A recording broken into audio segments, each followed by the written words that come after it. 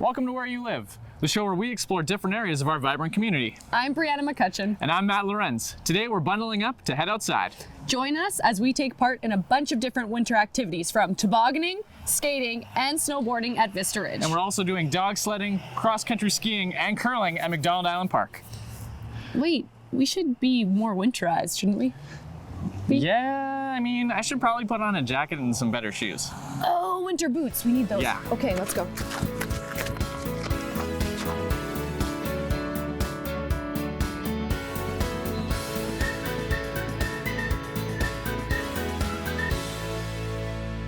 For our first activity, this may bring you back to your childhood.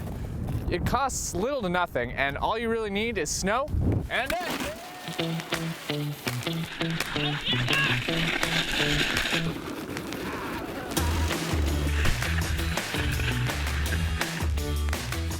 If you guessed tobogganing, you'd be right.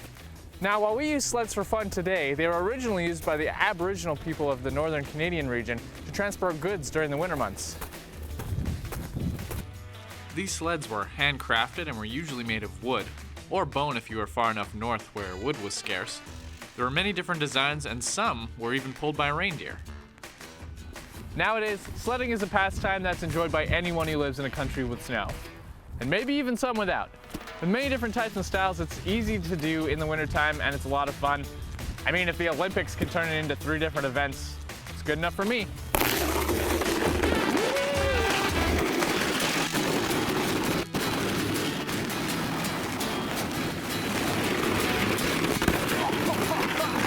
A jump. Oh. Woo.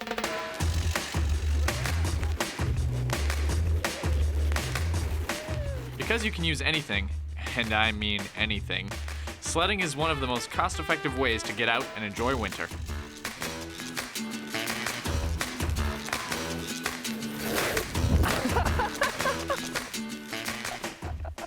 I'm going to relive my childhood some more. Why don't you guys go check out what Brianna's doing over at McDonald Island Park?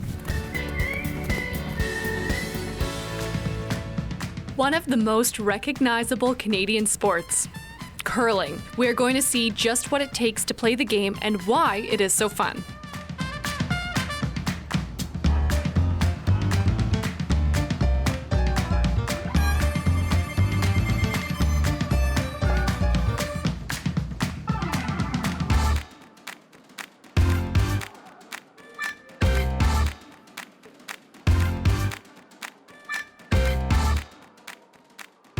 McDonald Island Park, we were lucky enough to meet with Tyler, who is the chair for the sport of curling for the Alberta Winter Games. I was researching curling. It seems very scientific as to how it actually works. So can you explain to me, how would it get the rock to curl, or how does it curl? What is the science behind that?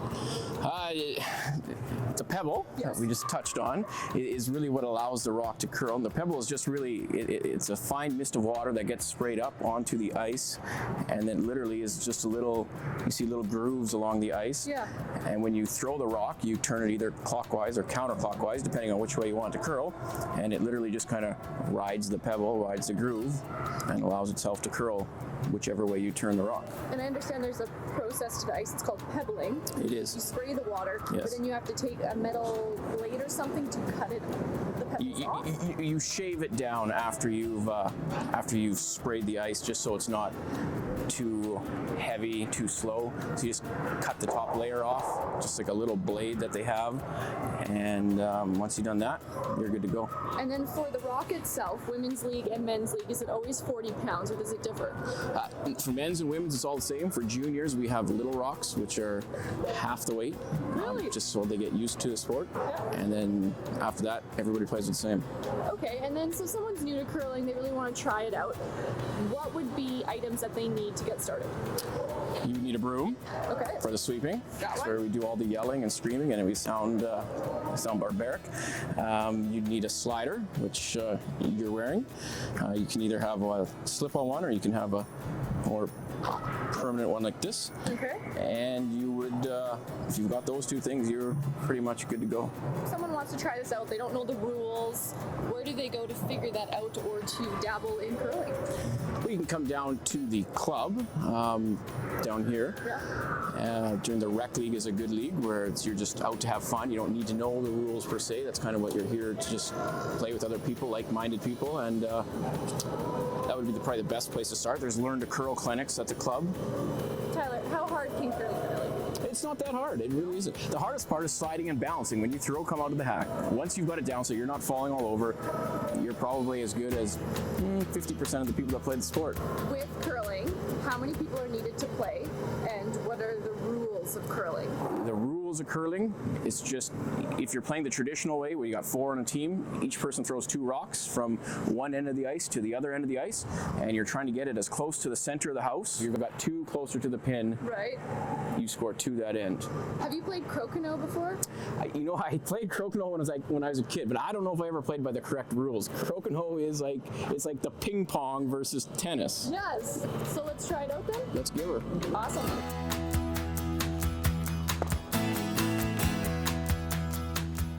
The curling stones are very unique in that they are mined exclusively in Scotland. The granite is the hardest of its kind and very dense, which makes it perfect for curling.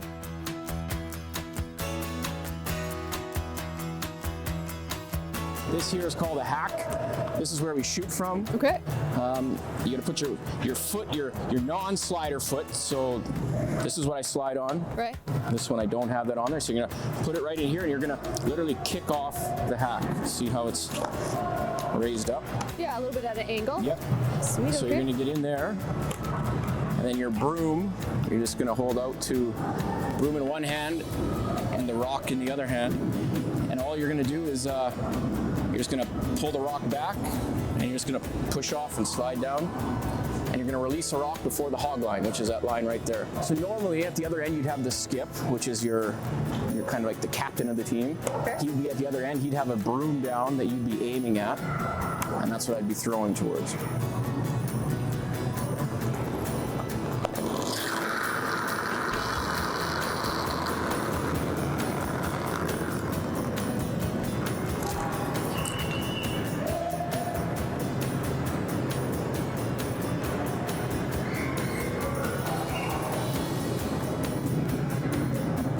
So I didn't get the button. Well, I guess it just takes practice over and over and over again for you to figure out how much force you should actually push off with, right? That's all it is. And you'd have 2 sweepers normally. And when do they start? And if they can start anywhere. Oh, And if you're light, that was a bit light, they would both be sweeping that, and that carries the rock a bit further. okay. And you did say when you push off, you want that back leg to be drag. laces on the ground, Yes. preferably. Yes. But some people do many different things. You will see a smorgasbord of styles if you come down to any recreational club. Okay. I think I need you to do this one more time before I try.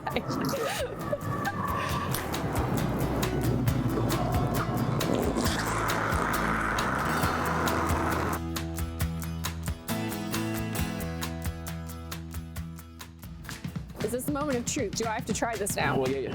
You're down here, you're gonna try. Okay. I'm gonna do this. So we'll start you with blue. Now, if you want balance, you can put it over your shoulder. I'm gonna pull my It's up to you. groin. It's up to you. It's your TV show. How do people do it? I'm getting nervous. Okay, so hold your broom up a little bit, like higher. Like you're holding it kind of like this. Right? Kind of grip it more in the middle. Gotta get this just right, okay? Like this. There you go. Now you look. No, other way. Other way. Now you look like the boss. I look like it, but will I function like the boss? Okay, and then let go before that orange. Before the orange line. Oh, bloody hell. Make sure you turn the rock. Either way, you choose. Okay. And then I'm gonna end up in this position. Yes. Okay. Just back up a bit. I'm gonna try and get in the house. That's really hard. Yes. Now push. That was good. That was good. I felt myself losing momentum. Okay. Maybe I shouldn't have said it was an old person sport. I correct myself. It's a healthy person sport. And we don't ride the rock. Okay, let's try this again and not lose my balance. There you go.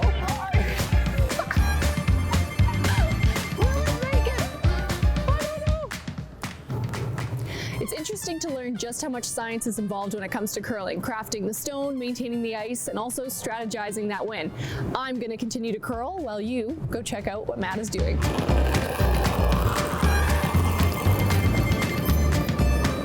Yeah, that's going straight. That's a good one. Normally, when you think of ice skating, you think of Canada. But actually, it was brought to North America by the Europeans in the 1740s.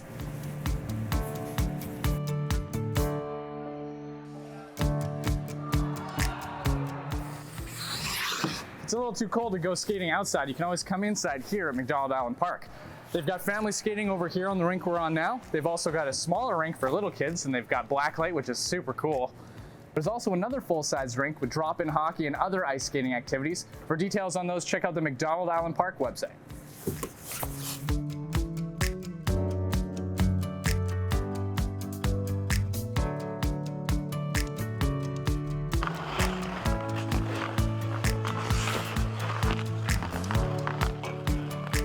If you want to stay outside, the municipality has several rinks that are actually available to the public. Adam, how many rinks do we actually have here? Well, we actually have 7 in Fort McMurray and some all across the region, so it's a big part of our winter in Fort McMurray and Wood Buffalo, and we're happy to have it for our residents. Wow, that's awesome.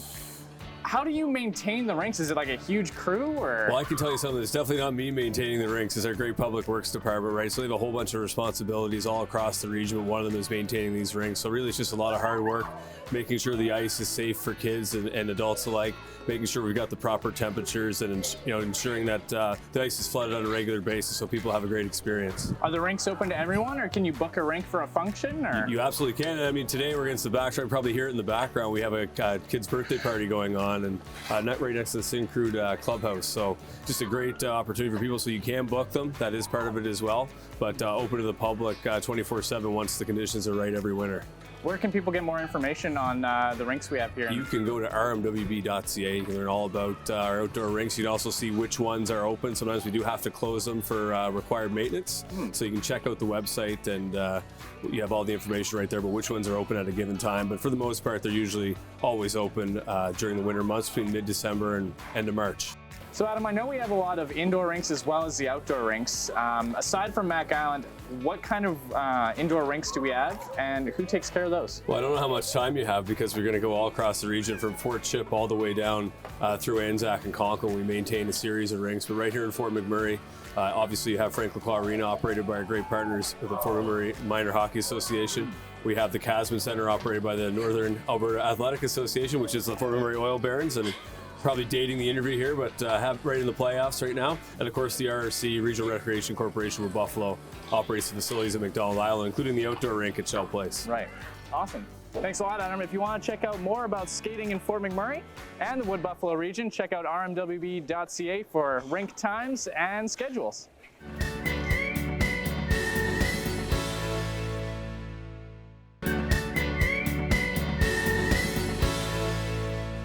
So now we're here with Dan from Vista Ridge. He's the manager of terrain and adventure parks. Just a beautiful hill you have here, Dan. We think so. Yeah. Tell me a little about some of the runs you got here. I noticed you have quite a few. Yeah, so we're looking down on the Wilson side now, so off the Wilson chair. We have 5 full-size runs. Of those 5 runs, on 4 of them we have some sort of terrain features, whether it be boxes, rails, jumps, or more recently added our border cross track on one of our runs, Christina, which stuck around a little bit after the game, so people have been having a lot of fun on that.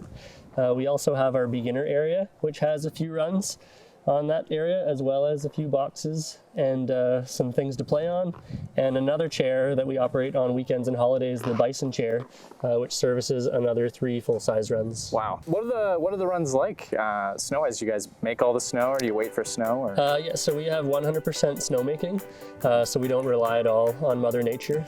Anything we do get, though, is a bonus. It helps with the snow quality for sure. Yeah, how's it this year? It's good. Yeah, it's been great. We had a few cold snaps, which were a little bit longer than we would have liked, but it didn't allow the snow to melt or thaw out, so that's good. Sweet. And in the last week, we've had a few fresh snowfalls that have helped top things up nicely.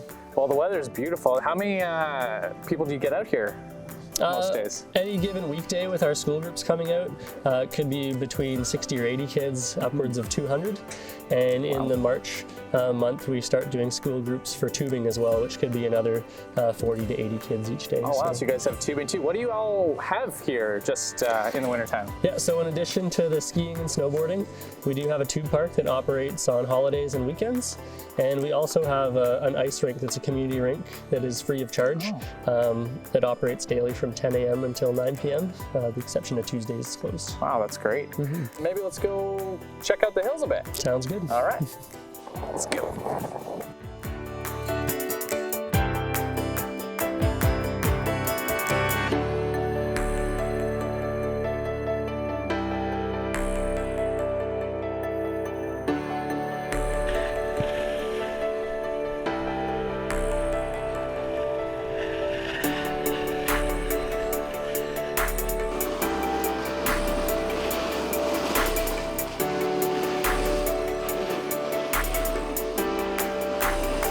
I'm gonna hit the fence.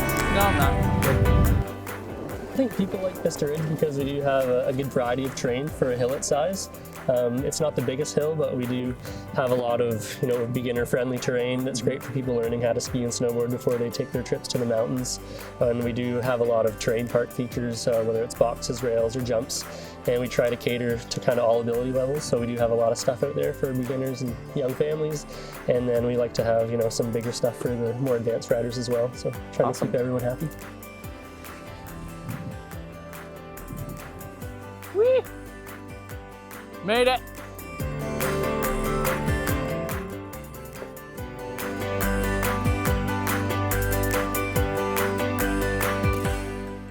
Oh, that was fun.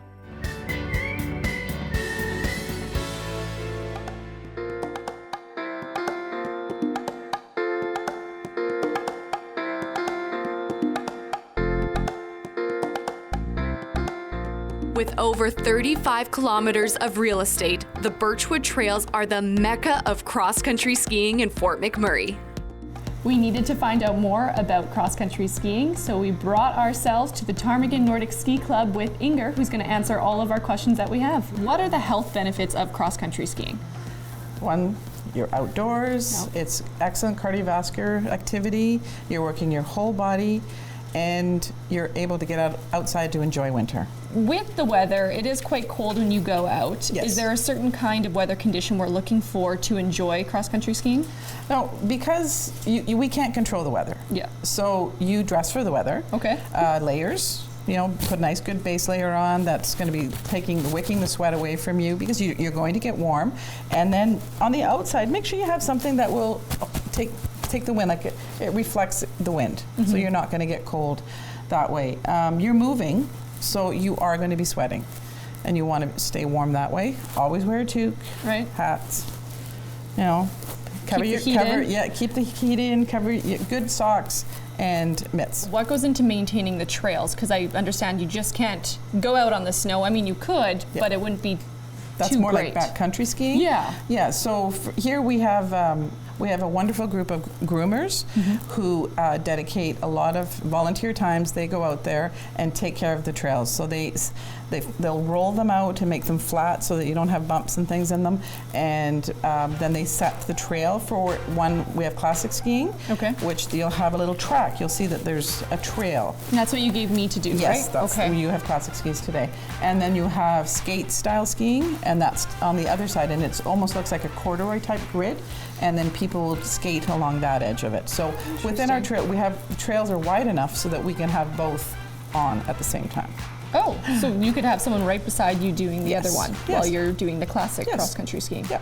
Before heading outside, Ingrid explains that the wax will help me glide on top of the snow with ease. Since it is a moderately chilly day out, a particular wax for the weather conditions is selected. So it's just from about the heel plate to about 6 to 8 inches from where the toe goes. And you just lightly crayon it on.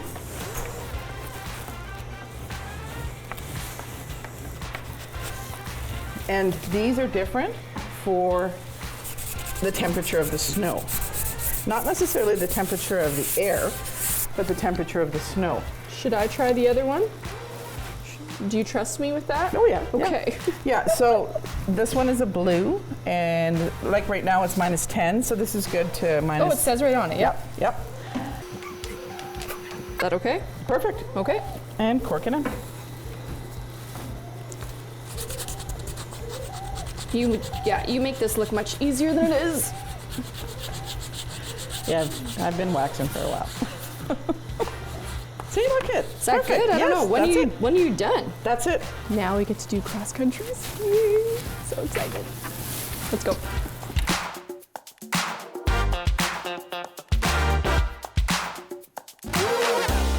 Skis are down. The Now what skis do are we down. do? Okay, so we try to go on a flat surface because then you won't slip or anything like that when you're first starting. Exactly. But in the front of your foot, Yep. in the front of the boot, there's a little bar, okay? So you're going to kind of put your foot in and ride it so that the bar goes right to the end. Okay. Okay?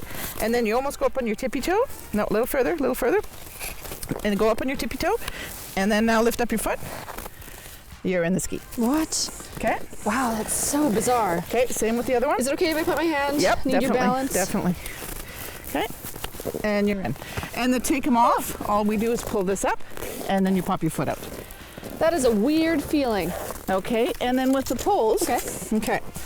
So, yeah, see how it's got loops? Yes. Okay, so you put your hand underneath the loop and grab hold. Right. So you're grabbing hold of the strap itself, because what happens when you push off, it stays in your hand. Ah. Okay? So put your hand underneath. Probably better to have finger gloves for And this. grab. Not necessarily. mitts. I prefer mitts because the mitts will keep your hands warm. So you'll see there's a little track over here. You're Yes. gonna get over in the track. I want to be in the track. Yep.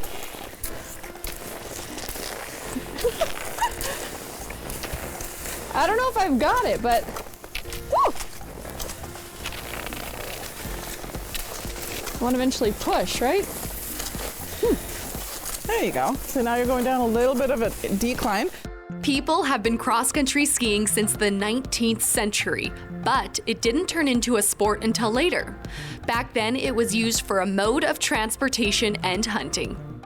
And I forgot to ask you inside, but because this is a multi-use trail, what is the etiquette? Well, as our groomers are out there volunteering and putting in many, many hours getting the trails ready for skiing. Right. But as you said, it's a multi-use trail. So we also have people who go out for a walk, which is awesome. Get out there, get outside. People take their dogs for a walk, and then there's people who are out on fat bikes. The only thing that we ask is please respect the trails. If it's been groomed, don't walk in the set tracks. Okay. Because it really messes up anything for a skier coming in behind. And then if you're out with your dog, pick it up. Like, don't leave it lying around behind, right? Right. Ski over some dog you know what? poop. And if you're out there using the trails, walking, come out and join the club and become part of that too, and learn how to ski and be able to really use the trails. I hope you can see that I'm having fun. A little difficult, but that's, I think, normal. I've never done it before. My heart rate is up. I'm getting some good exercise. I'm going to keep doing this, though. So right after this break, we'll have more for Where You Live.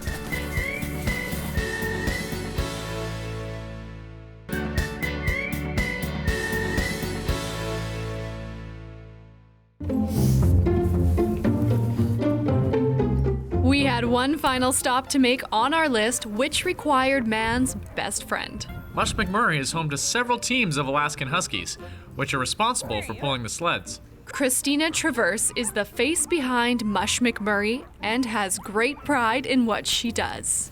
So how long has Mush McMurray been around for?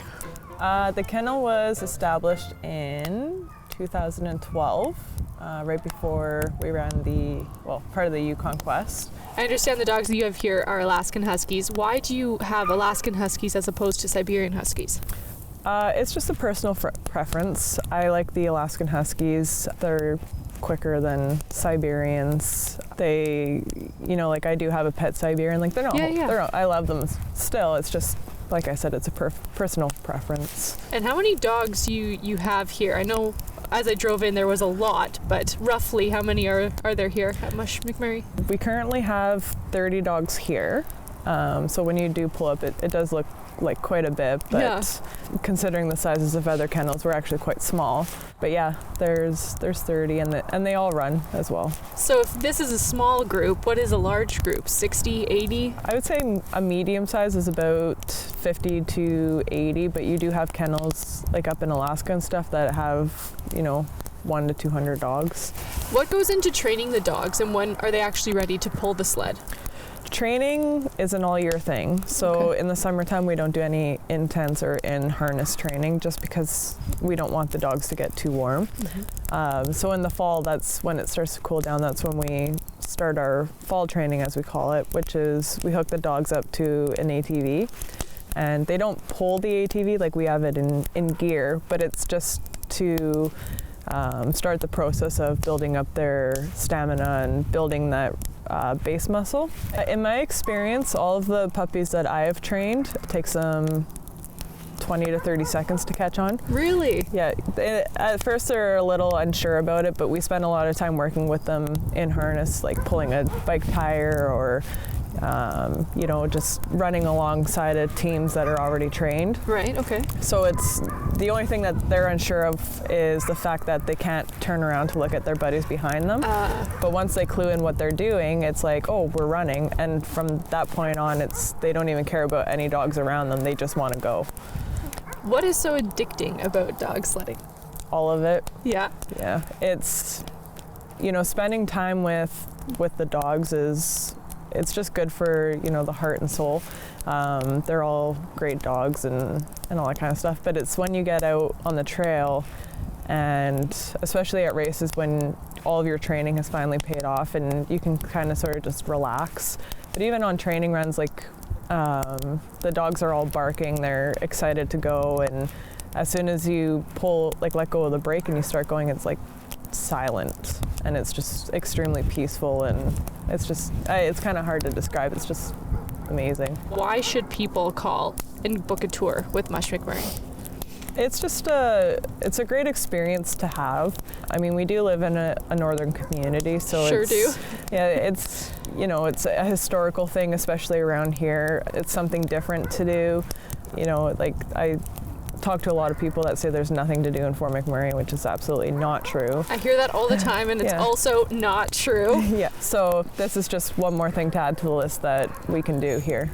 We're gonna start at the front, which would have been these two lovely pooches right here. They are called the lead dogs. They're always the fastest. Then we have the swing dogs, which is this one. They're more responsible for turning around the corners, making sure we avoid the trees and all that, right? And then we have the team dogs, which is the rest. The more team dogs you have, the more dog power, the faster you're just gonna go. And at the very, very back, closest to the sled, right here, we'll have the wheel dogs. So think of Hulk. Now that we're educated on the different positions and how the team works, Matt and I are ready for a ride.